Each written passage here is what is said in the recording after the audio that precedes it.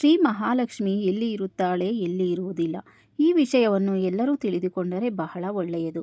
ಮನೆಯಲ್ಲಿ ಏಳಿಗೆ ಇಲ್ಲ, ಅಭಿವೃದ್ಧಿ ಇಲ್ಲ. ಇದಕ್ಕೆಲ್ಲ ಕಾರಣವೇನು ಎಂಬುದನ್ನು ಮೊದಲಿಗೆ ತಿಳಿದುಕೊಂಡು ಹಿಂದೆ ಸರಿಪಡಿಸಿಕೊಳ್ಳಿ. ವೀಕ್ಷಕರೇ, ಗೊತ್ತೋ ಗೊತ್ತಿಲ್ಲದೆಯೋ ನಾವು ಕೆಲವು ತಪ್ಪುಗಳನ್ನು ಮಾಡುತ್ತೀವಿ. ಯಾವುದರ ಪಶ್ಚಾತ್ತಾಪ? ತಪ್ಪು ಮಾಡಿದ ಮೇಲೆ ಪಡಬೇಕಾಗುತ್ತೋ? ನಾವು ಏನು ತಪ್ಪು ಮಾಡಿದ್ದೀವಿ ಅಂತ ತಿಳಿದುಕೊಳ್ಳುವಷ್ಟರಲ್ಲಿ ನಾವು ನಾಶವಾಗಿರ್ತೀವಿ. ನಮಗೆ ಅದು ಹೇಗೆ ಆಯಿತು ಅಂತ ಕೂಡ ಗೊತ್ತಾಗೋಲ್ಲ. ಹಾಗಾದರೆ ನಾವು ಅಂಥ ತಪ್ಪುಗಳನ್ನು ಏನು ಮಾಡ್ತೀವಿ? ಲಕ್ಷ್ಮೀದೇವಿ ಕೋಪಿಸಿಕೊಳ್ಳುವಂತಹ ತಪ್ಪನ್ನು ಹೇಗೆ ಮಾಡ್ತೀವಿ, ಯಾಕೆ ಮಾಡ್ತೀವಿ ಮತ್ತು ಲಕ್ಷ್ಮೀನಾರಾಯಣರ ಕೃಪಾ ಕಟಾಕ್ಷವನ್ನು ಪಡೆದುಕೊಳ್ಳುವುದು ಹೇಗೆ, ನಮ್ಮ ಜೀವನವನ್ನು ಯಶಸ್ವಿನ ಹಾದಿಗೆ ತರುವುದು ಹೇಗೆ ಎನ್ನುವುದನ್ನು ಇವತ್ತಿನ ವಿಡಿಯೋದಲ್ಲಿ ತಿಳಿದುಕೊಳ್ಳೋಣ. ವೀಕ್ಷಕರೇ, ಅದಕ್ಕೂ ಮೊದಲು ನೀವು ನಿಮ್ಮ ಮನೆಯ ಏಳಿಗೆಯನ್ನು ಬಯಸುವುದಾದರೆ, ನೆಮ್ಮದಿಯ ಜೀವನವನ್ನು ಬಯಸುವುದಾದರೆ, ಲಕ್ಷ್ಮೀನಾರಾಯಣ ಕೃಪಾ ಕಟಾಕ್ಷವನ್ನು ಪಡೆದುಕೊಳ್ಳುವುದು ಹೇಗೆ, ನಮ್ಮ ಜೀವನವನ್ನು ಯಶಸ್ವಿನ ಹಾದಿಗೆ ತರುವುದು ಹೇಗೆ ಎನ್ನುವುದನ್ನು ಇವತ್ತಿನ ವಿಡಿಯೋದಲ್ಲಿ ತಿಳಿದುಕೊಳ್ಳೋಣ. ವೀಕ್ಷಕರೇ, ಅದಕ್ಕೂ ಮೊದಲು ನೀವು ನಿಮ್ಮ ಮನೆಯ ಏಳಿಗೆಯನ್ನು ಬಯಸುವುದಾದರೆ, ನೆಮ್ಮದಿಯ ಜೀವನವನ್ನು ಬಯಸುವುದಾದರೆ, ಲಕ್ಷ್ಮೀನಾರಾಯಣರ ಕೃಪಾ ಕಟಾಕ್ಷವನ್ನು ಬಯಸುವುದಾದರೆ ನೀವು ಈ ವಿಡಿಯೋವನ್ನು ಲೈಕ್ ಮಾಡಿ, ಹಾಗೆ ನಮ್ಮ ಈ ಭಕ್ತಿ ಭಂಡಾರ ಚಾನಲನ್ನು ಸಬ್ಸ್ಕ್ರೈಬ್ ಮಾಡಿ, ಕಮೆಂಟ್ ಮಾಡಿ, ಓಂ ನಮೋ ಲಕ್ಷ್ಮೀನಾರಾಯಣ ಎಂದು ಬರೆಯಿರಿ.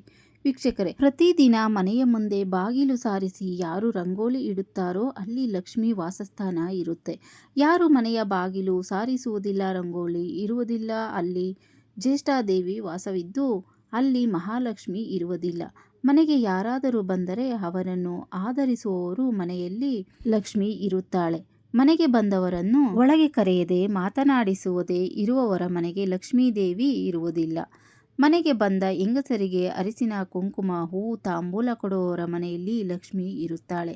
ಮನೆಗೆ ಬಂದ ಹೆಂಗಸರಿಗೆ ಏನೂ ಕೊಡದೆ ಕಳುಹಿಸಿದರೆ ಅಲ್ಲಿ ಜ್ಯೇಷ್ಠಾದೇವಿ ವಾಸವಾಗಿರುತ್ತಾರೆ. ಪ್ರತಿದಿನ ಊಟ ಮಾಡುವಾಗ ಅನ್ನಕ್ಕೆ ಕೈ ಮುಗಿದು ಊಟ ಮಾಡುವವರ ಮನೆಯಲ್ಲಿ ಲಕ್ಷ್ಮಿ ನೆಲೆಸಿರುತ್ತಾಳೆ.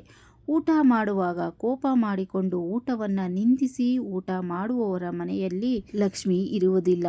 ಶುಕ್ರವಾರ, ಮಂಗಳವಾರ, ಅಮಾವಾಸ್ಯೆ, ಹುಣ್ಣಿಮೆ, ಏಕಾದಶಿ, ದ್ವಾದಶಿ ಇಂತಹ ದಿನಗಳನ್ನು ಬಿಟ್ಟು ಉಳಿದ ದಿನಗಳಂದು ದೇವರ ವಿಗ್ರಹ ಕಳಶವನ್ನು ಶುದ್ಧಿ ಮಾಡುವವರ ಮನೆಯಲ್ಲಿ ನೆಲೆಸಿರುತ್ತಾಳೆ.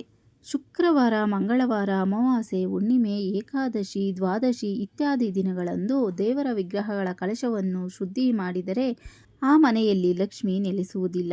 ರಾತ್ರಿಯ ಸಮಯ ಮಾತ್ರ ನಿದ್ದೆ ಮಾಡಿದರೆ ಒಳ್ಳೆಯದು. ಮುಸ್ಸಂಜೆಯಲ್ಲಿ ನಿದ್ದೆ ಮಾಡುತ್ತಿದ್ದರೆ ಅದು ಒಳ್ಳೆಯದಲ್ಲ, ಅನಾರೋಗ್ಯದಿಂದ ಬಳಲುತ್ತಿರುವವರನ್ನು ಹೊರತುಪಡಿಸಿ.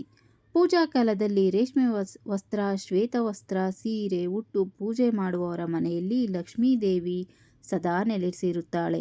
ಪೂಜಾ ಕಾಲದಲ್ಲಿ ಕಪ್ಪು ವಸ್ತ್ರ, ಹರಿದ ವಸ್ತ್ರ, ಮೈವರಿಸಿದ ಟವಲ್ ಉಟ್ಟು ಅಥವಾ ನೈಟಿ ಧರಿಸಿ ಪೂಜೆ ಮಾಡುವವರ ಮನೆಯಲ್ಲಿ ಲಕ್ಷ್ಮಿ ನೆಲೆಸುವುದಿಲ್ಲ. ವೀಳ್ಯದೆಲೆ ತುದಿ ಹಾಗೂ ತೊಟ್ಟು ತೆಗೆದು ತಿನ್ನುವವರ ಮನೆಯಲ್ಲಿ ಲಕ್ಷ್ಮಿ ವಾಸವಿರುತ್ತಾಳೆ. ವೀಳ್ಯದೆಲೆ ತುದಿ ಹಾಗೂ ತೊಟ್ಟನ್ನು ತೆಗೆಯದೇ ತಿಂದರೆ ಲಕ್ಷ್ಮಿ ನಿಲ್ಲುವುದಿಲ್ಲ. ದೇವರ ಪೂಜಾ ಕಾಲದಲ್ಲಿ 2 ದೀಪ ಹಚ್ಚಿ ಪೂಜಿಸುತ್ತಿದ್ದರೆ ಬಹಳ ಒಳ್ಳೆಯದು. ದೇವರಿಗೆ ಒಂಟಿ ದೀಪ ಹಚ್ಚಿ ಪೂಜಿಸುತ್ತಿದ್ದರೆ ಅದು ಒಳ್ಳೆಯದಲ್ಲ. ಹಿರಿಯರಿಗೆ, ಗುರುಗಳಿಗೆ, ಸುಮಂಗಲಿಯರಿಗೆ ತಾಂಬೂಲ ಕೊಡುವಾಗ ದಕ್ಷಿಣೆ ಸಮೇತ ಕೊಟ್ಟರೆ ಮಹಾಲಕ್ಷ್ಮಿ ಬಹಳ ತೃಪ್ತಿಯಾಗುತ್ತಾಳೆ. ಹಾಗೆ ಹರಿದಿರುವ ವೀಳ್ಯದೆಲೆ ತಾಂಬೂಲ ಕೊಡುವವರ ಮನೆಯಲ್ಲಿ ಲಕ್ಷ್ಮಿ ನಿಲ್ಲುವುದಿಲ್ಲ. ಸಾಲಿಗ್ರಾಮಕ್ಕೆ ತುಳಸಿಯಿಂದ ಪೂಜೆ ಮಾಡಿದರೆ ಒಳ್ಳೆಯದು. ಸಾಲಿಗ್ರಾಮಕ್ಕೆ ಅಕ್ಷತೆಯಿಂದ ಪೂಜೆ ಮಾಡಬಾರದು. ಶ್ರೀ ಗಣಪತಿಗೆ ಗರಿಕೆಯಿಂದ ಪೂಜೆ ಮಾಡುತ್ತಿದ್ದರೆ ಮನೆಗೆ ಶುಭ ಸೂಚಕ. ಶ್ರೀ ಮಹಾಗಣಪತಿಗೆ ತುಳಸಿಯಿಂದ ಪೂಜೆ ಮಾಡಿದರೆ ಅಶುಭ. ಮನೆಯನ್ನು ಹಗಲು ಸಮಯದಲ್ಲಿ ಗುಡಿಸುವವರ ಮನೆಯಲ್ಲಿ ಲಕ್ಷ್ಮಿ ನೆಲೆಸಿರುತ್ತಾಳೆ. ರಾತ್ರಿಯ ಸಮಯದಲ್ಲಿ ಗುಡಿಸುವವರ ಮನೆಯಲ್ಲಿ ಜ್ಯೇಷ್ಠ ಲಕ್ಷ್ಮಿ ವಾಸವಾಗಿರುತ್ತಾಳೆ. ಮುಂಜಾನೆ ಬೇಗ ಎದ್ದು ಸ್ನಾನ ಮಾಡಿ ಪೂಜೆ ಮಾಡುವವರ ಮನೆಯಲ್ಲಿ ಲಕ್ಷ್ಮಿ ನೆಲೆಸಿರುತ್ತಾಳೆ. ಸೂರ್ಯ ನೆತ್ತಿಯ ಮೇಲೆ ಬಂದರೂ ಸ್ನಾನ ಪೂಜೆ ಇಲ್ಲದ ಮನೆಯಲ್ಲಿ ಲಕ್ಷ್ಮಿ ನೆಲೆಸುವುದಿಲ್ಲ. ಬಲಮುರಿ, ಶಂಖ, ಶ್ರೀಫಲ, ಗೋಮತಿ ಚಕ್ರ ಪೂಜೆ ಮಾಡುವವರ ಮನೆಯಲ್ಲಿ ಲಕ್ಷ್ಮಿ ಇರುತ್ತಾಳೆ.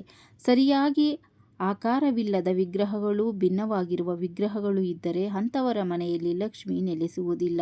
ದೇವರ ಮನೆಗೆ ಸಂಬಂಧಪಟ್ಟ ಕೆಲವು ಮೂರ್ತಿಗಳು ಪ್ರತಿಯೊಬ್ಬ ಮಹಿಳೆ ಕೂಡ ತಿಳಿದುಕೊಳ್ಳಬೇಕಾದ ಮಾಹಿತಿ ಇದು.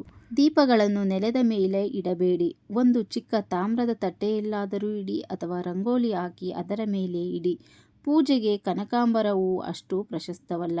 ಆದಷ್ಟು ಕನಕಾಂಬರ ಹೂವು, ಚೆಂಡು ಹೂವು ಪೂಜೆಗೆ ಬೇಡ.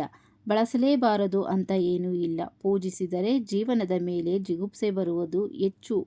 ಇನ್ನು ದೇವರ ಮನೆಯಲ್ಲಿ ಚಿಕ್ಕ ಜೋಡಿ ದೀಪಗಳನ್ನು ಹಚ್ಚುವುದು ಬಹಳ ಒಳ್ಳೆಯದು. ಸುಮ್ಮನೆ ಕಳಶವನ್ನು ಇಡಬೇಡಿ. ಕಳಶ ಮೊದಲಿನಿಂದಲೂ ಬಂದಿದ್ದರೆ ಮಾತ್ರ ಇಡಿ. ಕಳಶವನ್ನು ಬರೀ ನೆಲದ ಮೇಲೆ ಇಡಬಾರದು. ಮಂಗಳವಾರ, ಶುಕ್ರವಾರದಂದು ವಿಸರ್ಜಿಸಬಾರದು. ಶಿವಲಿಂಗವನ್ನು, ವಿಷ್ಣುಪಾದವನ್ನು, ದೇವರ ವಿಗ್ರಹಗಳನ್ನು ನೆಲದ ಮೇಲೆ ಇಟ್ಟು ಪೂಜಿಸಬಾರದು. ತಟ್ಟೆಯಲ್ಲಿಟ್ಟರೂ ಸಹ ಒಂದು ಮಣೆಯ ಮೇಲೆ ಇಟ್ಟಿದ್ದರೆ ಒಳ್ಳೆಯದು. ಕಾಮಾಕ್ಷಿ ದೀಪವನ್ನು ದೇವರ ಬಲಗಡೆ ಅಥವಾ ಈಶಾನ್ಯ ಕಡೆ ಇಡಿ. ಜ್ವಾಲ ಪೂರ್ವ ಅಥವಾ ಉತ್ತರ ಅಥವಾ ಈಶಾನ್ಯಕ್ಕೆ ಇರಬೇಕು. ವೀಳ್ಯದೆಲೆ, ಅಡಿಕೆ, ದಕ್ಷಿಣೆ ಇಲ್ಲದೆ ನೈವೇದ್ಯ ಮಾಡಿದರೆ ಅದು ಪೂರ್ಣ ಫಲ ಕೊಡುವುದಿಲ್ಲ. ದೇವರಿಗೆ ನೈವೇದ್ಯ ಮಾಡಲು ಏನೂ ಇಲ್ಲದಿದ್ದಾಗ ಬೆಲ್ಲವನ್ನು ನೈವೇದ್ಯಕ್ಕೆ ಇಡಬಹುದು. ಕಲ್ಲು ಸಕ್ಕರೆ, ಖರ್ಜೂರ ಇದನ್ನು ಕೂಡ ನೈವೇದ್ಯಕ್ಕೆ ಇಡಬಹುದು. ಬಿಸಿ ಹಾಲು, ಬಿಸಿ ತುಪ್ಪ ಅಭಿಷೇಕಕ್ಕೆ ಬಳಸಬಾರದು. ಅನ್ನ ನೈವೇದ್ಯಕ್ಕೆ ಮಾಡುವವರು ಬರೀ ಅನ್ನ ನೈವೇದ್ಯ ಮಾಡುವುದು ಬೇಡ. ಅನ್ನಕ್ಕೆ ತುಪ್ಪ ಅಥವಾ ಸ್ವಲ್ಪ ಹಾಲು ತುಪ್ಪ, ಹಾಲು ಅನ್ನ, ಮೊಸರು ಅನ್ನ, ತುಪ್ಪದ ಅನ್ನ ನೈವೇದ್ಯ ಮಾಡಬಹುದು. ನಮ್ಮ ಹಿರಿಯರು ಹೇಳಿಕೊಟ್ಟ ಎಲ್ಲ ಸಂಪ್ರದಾಯಗಳನ್ನು ಪಾಲಿಸುವುದರಿಂದ ಖಂಡಿತವಾಗಲೂ ಒಳ್ಳೆಯದೇ ಆಗುತ್ತದೆ. ನಂಬಿಕೆಟ್ಟವರಿಲ್ಲವೋ ಅನ್ನುವ ಹಾಗೆ ನಾವು ಏನೇ ಕೆಲಸ ಮಾಡಿದರೂ ಶ್ರದ್ಧಾಭಕ್ತಿಯಿಂದ ನಂಬಿಕೆ ಇಟ್ಟು ಮಾಡಬೇಕು. ನಂಬಿಕೆಯೇ ನಮ್ಮ ಗೆಲುವು. ನಂಬಿಕೆ ದೃಢವಾಗಿರಲಿ. ವೀಕ್ಷಕರೇ, ಮತ್ತಷ್ಟು ಇಂತಹ ಮಾಹಿತಿಗಳಿಗಾಗಿ ಈ ಚಾನಲನ್ನು ಸಬ್ಸ್ಕ್ರೈಬ್ ಮಾಡಿಕೊಂಡು ಸಪೋರ್ಟ್ ಮಾಡಿ. ಧನ್ಯವಾದಗಳು.